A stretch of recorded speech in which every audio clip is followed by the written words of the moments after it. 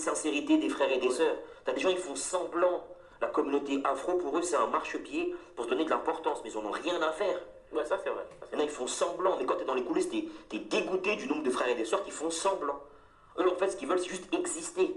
C'est pas le bien-être des frères et des sœurs qui sont derrière, qui sont dans l'anonymat, pour les aider. C'est pas ça leur objectif. Leur objectif, c'est eux, leur poche.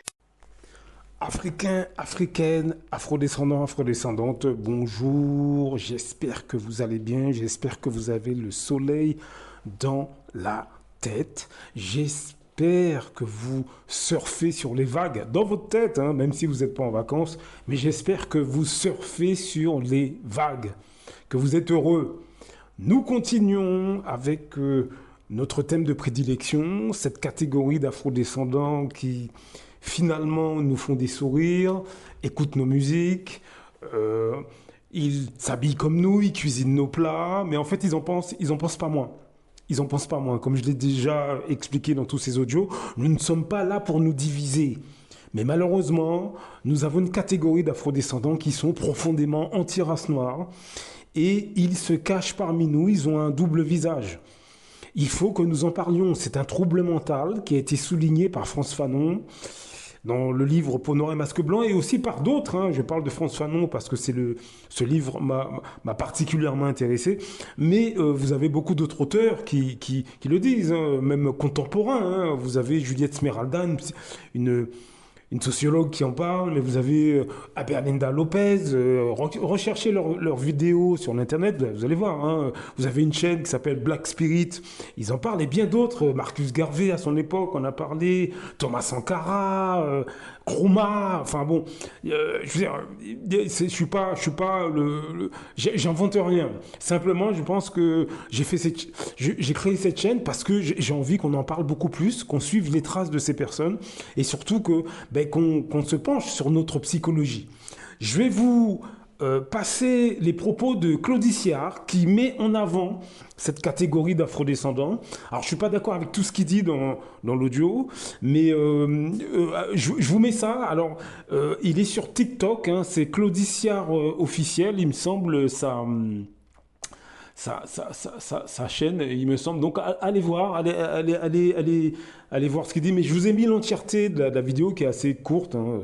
Donc, je vous laisse écouter, on en reparle juste après. Réaction à chaud, après l'annonce du président de la République, Emmanuel Macron, de dissoudre l'Assemblée nationale afin qu'il se dégage une nouvelle majorité qui lui serait favorable, le souhaite-t-il? Oui, évidemment. Ou en tout cas qui dessinerait une nouvelle carte politique de la France. Si nous en sommes arrivés là, le président de la République en porte la responsabilité. Mais volontairement, je vais mettre tout ça de côté, on ne va pas venir dire qui a tort, qui a raison, qu'importe, c'est la réalité française aujourd'hui, une réalité qui s'écrit dans ce racisme qui se développe depuis si longtemps, entre lois iniques, celle contre le séparatisme et le communautarisme, la loi immigration, la suppression de François, ce que l'on fait subir aujourd'hui au peuple kanak qui ne demande qu'une chose, c'est de reprendre sa liberté, et ça me paraît le plus important, l'absence de millions de Français et de Français afro, métis et autres, de prendre part à la vie politique française, à s'engager dans ce pays-là qu'ils disent être le leur, puisqu'ils y vivent, ils y payent des impôts, ils y apportent leur talent, et ils sont, les afros donc, hein, ma communauté, incapables de faire autre chose que de jouir, de prendre du plaisir,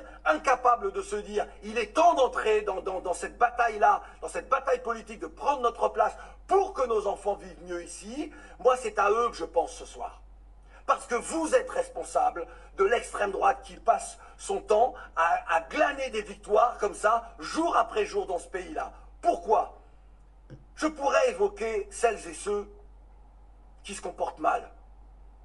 Mais ils ne se comportent pas mal dans le regard des autres, ils se comportent mal pour eux-mêmes, pour leur famille, pour leurs parents, pour leurs enfants, entre incivilité et tout ce que vous pouvez dénoncer. Ils sont responsables de la montée de l'extrême droite en France, parce qu'ils donnent des arguments pour que des Français, leurs concitoyens, votent à l'extrême droite. Même des Afros votent extrême droite.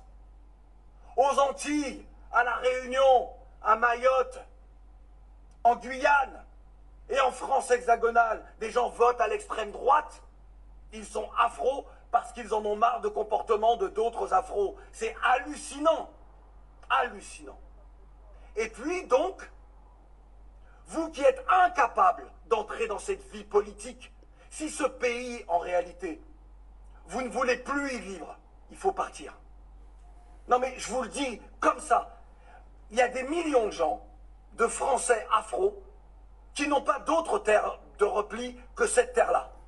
À la fois, ils respectent leur territoire d'origine, ils font souvent des choses dans leur territoire d'origine, dans le pays de leurs parents ou de leurs grands-parents, mais ils ont décidé que la France était leur pays. Alors jouez votre rôle. Arrêtez d'être comme ça, d'être juste des consommateurs. Regardez la publicité. Vous savez pourquoi on voit autant de noirs dans les spots de pub? Parce que vous êtes considérés uniquement comme étant des consommateurs. Vous voyez, je dis vous et je ne dis pas nous, volontairement. C'est-à-dire qu'à quel moment vous allez comprendre que s'unir pour bâtir, c'est grandir ensemble. Donc nous là, moi depuis 1 an et demi, je rencontre des gens, je fais des discussions avec des gens, parfois ça avorte, parfois on avance un petit peu, parce que je suis à une croisée des chemins. Je me dis, mais avec qui je vais m'engager? Qui va suivre derrière? Je vais encore me mettre en danger dans ma vie, mettre en péril ma vie professionnelle, mettre en péril l'équilibre de ma vie privée, pour des gens qui sont incapables d'aller jusqu'au bout des combats, et qui sont là en train de, dans l'émotionnel, de critiquer quelque chose qui se passe, une déclaration d'un politique, d'un journaliste, de je ne sais qui, d'un artiste, mais lorsqu'il faut construire, il n'y a personne.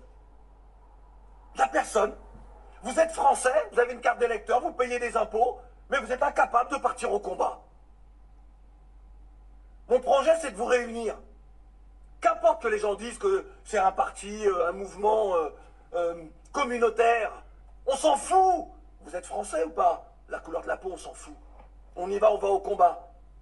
Humanisme, respect de la dignité humaine, respect de chaque individu, quelle que soit la couleur de sa peau ou sa religion. Il est là le vrai combat, pour l'humanité. Il est là. Et dans ce pays-là, ce combat-là, vous devez pouvoir le porter. Vous êtes responsable si le Front National, vous voyez, j'arrive pas, moi, pour moi le Front National c'est le Rassemblement National. Vous êtes responsable si l'extrême droite est si puissante en France, par votre inconséquence, par votre absence de posture, de décision prise pour entrer dans l'arène. Vous êtes responsable. Et il faut arrêter de dire les gens sont racistes, les gens ne nous aiment pas. Il faut arrêter ces conneries-là. Vous êtes responsable. Nul ne peut se prévaloir de sa propre turpitude. Alors nous verrons. Parce que là, maintenant, on n'a pas d'autre choix.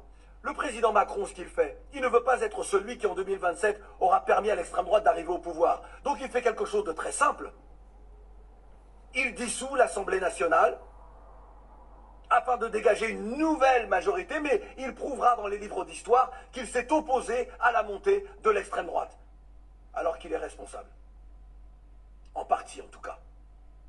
Maintenant, c'est à vous, Français afro, à qui je m'adresse. Serez-vous debout pour vous inscrire dans un mouvement citoyen politique, pour dire que vous êtes là? Ou est-ce que vous ne voulez rester que des amuseurs, que des amusés, que des personnes que l'on utilise parce que ce sont des consommateurs? Est-ce que vous voulez être uniquement ça? À vous de choisir. Donc voilà, vous avez entendu, donc Claudicia, il met en avant, alors moi je ne crois pas que c'est toute la communauté qui faille, je dirais pas incriminer, parce que c'est pas ce qu'il fait, il pointe du doigt un certain nombre de nos dysfonctionnements, mais je pense sincèrement qu'on a tendance à être passif à cause de cette catégorie d'afrodescendants qui sont parmi nous, hein, parmi nos familles, nos amis, nos voisins, nos collègues, et qui, eux, sans qu'on s'en rende compte, hein, nous incitent justement à ne rien faire comme eux. C'est-à-dire que vous remarquerez, hein, regardez dans votre entourage quand vous abordez des sujets importants, etc. Mais qu'est-ce qu'on vous dit? Ouais, tu fais trop d'histoires, non, mais bon, t'exagères, etc. Eh ben, ce sont ces gens, je vous assure que ce sont ces gens qui, dans le secret, en réalité, s'en foutent complètement du monde noir. Complètement. Peu importe le pays d'origine, hein, Afrique, Caraïbes, la communauté en France ou dans toute l'Europe, etc. Ils s'en foutent, mais ils vont pas vous le dire.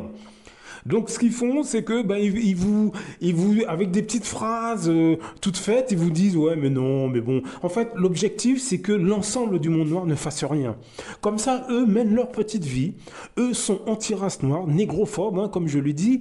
Ce sont ces mêmes personnes qui disent à leurs collègues de travail extérieurs au monde noir que bon, le monde noir n'a rien inventé, il n'y a rien là-dedans, et puis c'est nul, et puis les gens sont tous des imbéciles. Ce sont ces mêmes personnes hein, qui font ça, ou bien dans leur couple mixte avec des Arabes, des Chinois, des Européens, etc. Ils critiquent et renient complètement l'ensemble des Afro-descendants, ou bien dans les rues, quand ils sont dans l'anonymat du quotidien, ce sont ces personnes qui vous regardent avec mépris, dédain, qui regardent les afrodescendants, particulièrement hein, les afrodescendants avec mépris, dédain, condescendance, etc. Et donc ces personnes sont au sein de votre famille, vous ne savez pas qu'ils se comportent comme ça, parce qu'ils ne vont pas vous le dire, hein, mais quand ils sentent que vous allez aborder des sujets importants, très vite, ils vous découragent. Non, non, non, non, non, ben non, t'exagères, etc. Et puis, ce sont aussi ces personnes qui vous jalousent hein, au sein de vos familles, parmi vos voisins, vos collègues. Hein. Vous changez de voiture, ils vous jalousent. Vous changez de boulot, ils vous jalousent, calomnie, dédain, combat, méchanceté, etc. Ben voilà, je dirais que Claude-Iciard a entièrement raison dans ses propos. Simplement, ce qu'il dit s'applique à une catégorie d'afrodescendants qui, au quotidien, nous empoisonnent, au quotidien, nous coupent l'herbe sur le pied, au quotidien, ont effectivement des incivilités, mais comme il l'a dit lui-même, hein, vis-à-vis d'eux-mêmes, mais donc vis-à-vis et aussi vis-à-vis de ceux qui leur ressemblent. C'est ce que je vous dis dans tous ces audios. Hein.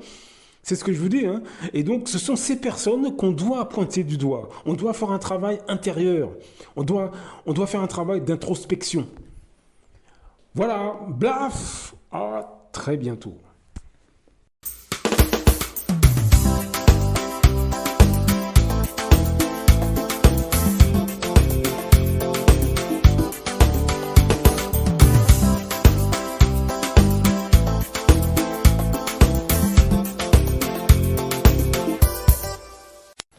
Beaucoup d'afrodescendants veulent un monde noir fort ou une Afrique forte. Mais les premiers à calomnier, jalouser, descendre complètement leurs semblables, c'est eux. Regardons nos incohérences.